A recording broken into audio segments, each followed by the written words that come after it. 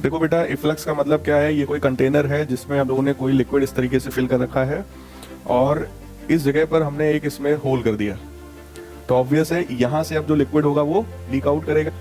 ठीक, इस टाइप के आपने बहुत सारे कंटेनर्स देखे होंगे। अब जो लिक्विड यहाँ से निकलेगा उसकी कुछ वेलोसिटी इधर की तरफ होगी, इसकी वजह से जो वो पाथ एक्वायर करेगा वो प्रोजेक्टाइल होगा। ठीक, तो ये हॉरिजॉन्टल वेलोसिटी आई और वो इस तरीके से कहीं जाकर के गिरा। ठीक, ये जो डिस्टेंस है ये इसका रेंज कहलाता है।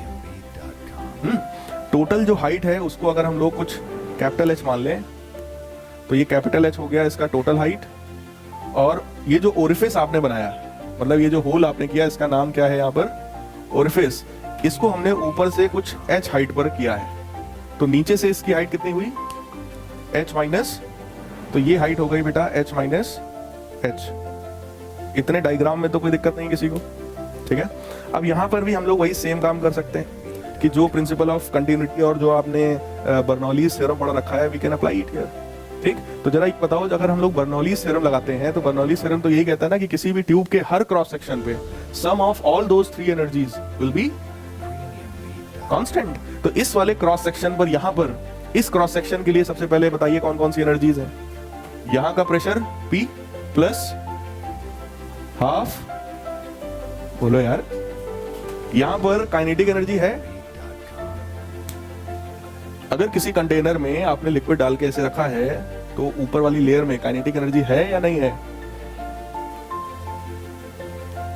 नहीं है, क्योंकि बेटा लिक्विड फ्लो करता है नदी में, समुद्र में, बाल्टी में नहीं। बाल्टी में पानी भर के ले आए, रुका हुआ है, वो अब अपने आप नहीं उड़ के जाएगा कहीं। समझ आ रहा है ना?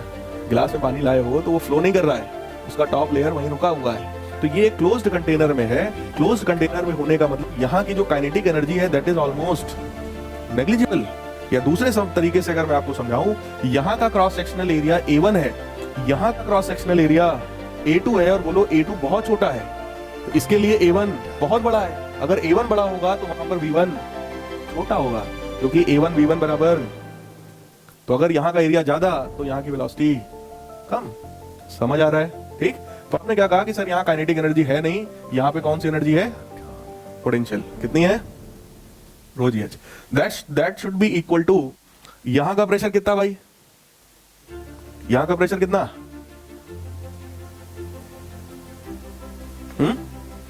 सेम होगा। क्यों?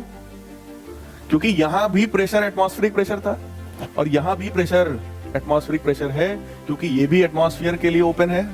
बोले यार, ये एटमॉस्फेयर पे खुला हुआ है ना, तो ये भी तो एटमॉस्फेयर में खुला है। इधर भी जो भी चीजें एटमॉस्फेयर में ओपन है, जैसे हमारे सबके ऊपर, हम सभी लोग के ऊपर प्रेशर कौन सा है? Atmospheric pressure. और जितना इस रूम में है उतना ही पीछे वाले रूम में, उतना ही उधर है, उतना ही ऊपर है, उतना हर जगह है। जो भी एरिया एटमॉस्फेयर में ओपन है, बोलो यार, वहां का प्रेशर सेम है, 1 atm। समझ आ रहा है कि नहीं आ रहा है? तो कहने का मतलब क्या है कि जो प्रेशर है वो सेम रहा, बट यहां पर काइनेटिक एनर्जी है half rho V square plus rho G. समझ आ रहा है? इसमें बोलो कुछ कैंसिल होगा। रो जी एच से रो जी एच कट गया, प्रेशर से अब बचा भाई इधर का हाफ रो वी स्क्वायर, और वो वाला इधर भेजोगे तो रो जी एच। बोलो रो से रो भी कैंसिल, वी की वैल्यू आई अंडर रूट 2gh। समझ आया?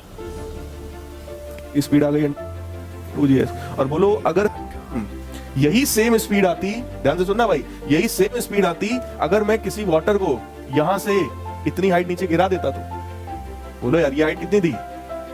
अगर यहां से वाटर को गिराकर यहां पे ओरिफिस के लेवल पे लाया जाता, मतलब फ्रीली फॉलिंग कंडीशन होती, तो भी स्पीड इतनी होती। और यहाँ पे गिराना शुरू कर रहे हो तो इनिशियल स्पीड कितनी है? 0 है। हाइट कितनी कवर की उसने? यहाँ की स्पीड कितनी है? v। कौन सी इक्वेशन से निकालेंगे? सही है। u कितना? तो बोलो v कितना आया? इसका मतलब अगर आप इफ्लक्स की बात कर रहे हैं, अगर आपने एक कंटेनर में ऐसे छेद किया है, वहां से लिक्विड लीक आउट कर रहा है, तो वो एकदम उसी टाइप से बिहेव करता है जैसा एक फ्रीली फॉलिंग लिक्विड बिहेव करेगा। जैसे झरना ऊपर से नीचे पानी गिर रहा है, तो वो उतने ही टाइम में उतनी वेलोसिटी से गिरेगा जितने में इसमें गिरेगा। समझ आ रहा है? कोई डाउट इसमें? बोलो यार, लिखो जल्दी से।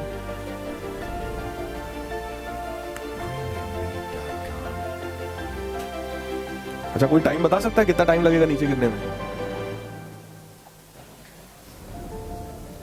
यहां से लिक्विड को यहां तक पहुंचने में कितना टाइम लगेगा? वर्टिकल डिस्टेंस बेटे कितनी कवर किया? कितनी कवर हुई? इसको कैसे निकाल सकते हैं? S बराबर UT प्लस, समझ आ रहा है? क्योंकि मोशन कैसा है? Non uniform. चेक करो ध्यान से, मोशन कितने टाइप का होता है? दो, यूनिफॉर्म और नॉन यूनिफॉर्म। एक्स डायरेक्शन में तो स्पीड v है, लेकिन वाई डायरेक्शन में इनिशियल स्पीड कितनी है? 0। चेक करो ध्यान से, सेम प्रोजेक्टाइल वाला कॉन्सेप्ट है। प्रोजेक्टाइल में भी जो स्पीड हम लोग देते हैं, हॉरिजॉन्टल स्पीड कांस्टेंट होती है, लेकिन वर्टिकल स्पीड चेंज हो रही होती है। तो यहाँ पे जो वर्टिकल स्पीड है वो कितनी है भाई? 0। तो h बराबर ut plus half gt square लगाओगे तो u कितना है? कितना है? मैं एक बार लिख रहा हूँ, अच्छा देखो, पूरी इक्वेशन में लिख रहा हूँ, ut plus half at square लगा रहे हैं, लेकिन किस डायरेक्शन में? y डायरेक्शन में। तो y डायरेक्शन में डिस्प्लेसमेंट कितना है? h minus h। y direction की स्पीड कितनी है? 0। ये स्पीड किस डायरेक्शन की है? x। तो y में कितनी है? 0। y में कोई स्पीड नहीं है। प्लस हाफ एक्सेलरेशन कितना है बेटा? g t square. तो t कितना आ गया? √2h minus h divided by, कुछ समझ आ रहा है? इतना टाइम लगा इसको यहां से यहां तक गिरने में, सही है? इतने टाइम में कितना रेंज कवर किया? कितना रेंज कवर किया? Range is equal to horizontal distance है। ये हॉरिजॉन्टल मोशन कैसा है? यूनिफॉर्म। यूनिफॉर्म मोशन में कौन सा फॉर्मूला होता है? Speed is equal to distance upon, तो distance is equal to speed into time. Speed कितनी है? वैल्यू कितनी है? Into time. इस g से ये g कैंसिल, तो इसका रेंज कितना आ गया? 4h h minus h। Clear एकदम? किसी को कोई भी डाउट हो भाई पूछ लो, ऐसे बैठे रहो, बैठे बैठे सिलेबस खत्म हो जाएगा। जो दिक्कत आए तुरंत पूछा करो बेटा, इसमें कोई हेजिटेशन नहीं है। मैं पूरे साल में हमें लगता है कम से कम 100 क्लास अगर मैंने पढ़ाई होगी तो 500 बार बोल चुका हूँ ये चीज। हर क्लास में 5 बार 10 बार बोलते हैं यही सेम चीज। जो पूछना हो आप एकदम निसंकोच पूछिए, लेकिन अपने उस डाउट को जिंदा मत रहने दीजिए, वरना आगे के चैप्टर्स भी वो खा जाएगा। समझ आ रहा है ना? हर छोटी छोटी चीज यहाँ पर इंपॉर्टेंट है। हर चीज तुम्हें समझ आनी चाहिए। बोर्ड पे जो कुछ भी लिखा है वो सब तुमको आना चाहिए। क्लियर एकदम? अब देखिए इसके आगे की चीज देखते हैं। अगर आपसे ये पूछा जाए कि भाई ये रेंज मैक्सिमम कब होगा और रेंज की मैक्सिमम वैल्यू कितनी है, ठीक? तो मैंने आप लोगों को एकदम स्टार्टिंग में जो बच्चे थे उनको पढ़ाया था मैक्सिमम मिनिमा। मैक्सिमम मिनिमा का मतलब यह है कि जो भी टर्म मैक्सिमम है या मिनिमम है उसका फर्स्ट डिफरेंशिएशन हमेशा 0 होगा। जो भी टर्म मैक्सिमम है या मिनिमम है उसका पहला डेरिवेटिव कितना होगा? 0। अगर मैं आपसे कह रहा हूं, ये सब ले लिया ना, अगर मैं आपसे कह रहा हूं भाई रेंज की मैक्सिमम वैल्यू बताओ, तो बेटा रेंज का पहला डिफरेंशिएशन कितना होगा? 0। और जरा ध्यान से देखना, ये रेंज मैक्सिमम तभी होगा जब इसके अंदर वाला ये जो टर्म है ये मैक्सिमम होगा। बोलो भाई, सही है ना? तो आप क्या बोलेंगे इसमें कि differentiation of h capital H minus small h, ये डिफरेंशिएशन किसके बराबर होगा? 0 के। क्यों? क्योंकि रेंज मैक्सिमम तभी होगा जब ये वाला टर्म मैक्सिमम हो। बोलो यार, ये बात समझ आ रही है? तो जो भी टर्म मैक्सिमम या मिनिमम होता है उसका पहला डिफरेंशिएशन हमेशा किसके बराबर लेना चाहिए? 0 के बराबर। यही कॉन्सेप्ट होता है मैक्सिमम मिनिमम, ठीक?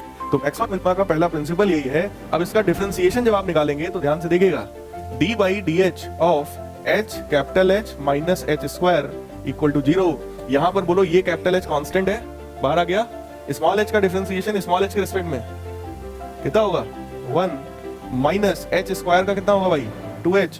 तो यहां से क्या मिल गया? h is equal to capital H by E। समझ आया? इसका मतलब ये रेंज मैक्सिमम तब होगा जब ये वाली हाइट आधी हो। इसका मतलब ये होल कहां पर होना चाहिए? एकदम बीच में। समझ आया? ओरिफिस एकदम सेंटर पे जब बनाओगे तब वो जो लिक्विड गिरेगा वो सबसे दूर जाकर गिरेगा, उसका रेंज सबसे ज्यादा होगा। अब बात आई कि वो रेंज आखिर कितना है, ठीक? तो हम लोग क्या निकालने वाले हैं? Maximum range. वो मैक्सिमम रेंज के लिए बस ये चीज उठा के याद रखो, ठीक है? तो ये कितना बना? 4 स्मॉल h। स्मॉल h का मतलब क्या है? Capital H by 2, h minus small h मतलब फिर से h बाई, सही है?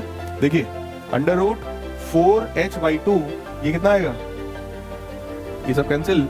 इसका मतलब मैक्सिमम रेंज किसके बराबर आ गई? h के बराबर। तो यहां से इस कंटेनर में होल करके लिक्विड को सबसे दूर कहां गिराया जा सकता है? इसकी अपनी हाइट के बराबर। समझ आ गया? तो इस पर बेस्ड कोई कॉन्सेप्ट पर बेस्ड छोटा मोटा क्वेश्चन बनाया जा सकता है। देखो आईटी जेई या मेडिकल बहुत छोटे से कॉन्सेप्ट को पकड़ते हैं, उसी पर बेस्ड क्वेश्चन उठा के बना देंगे। अब ये यहाँ से गिरेगा मैक्सिमम इतनी हाइट तक ही गिर पाएगा, और ये कितना है h। समझ आया? जो ओरिफिस बनाओगे वो यहाँ बनाओगे सेंटर पे एकदम, तो यहाँ से लिक्विड गिरेगा फाइनली यहाँ तक जाकर के मैक्सिमम गिरेगा। समझ आया? उससे ज्यादा दूर वो नहीं गिर सकता।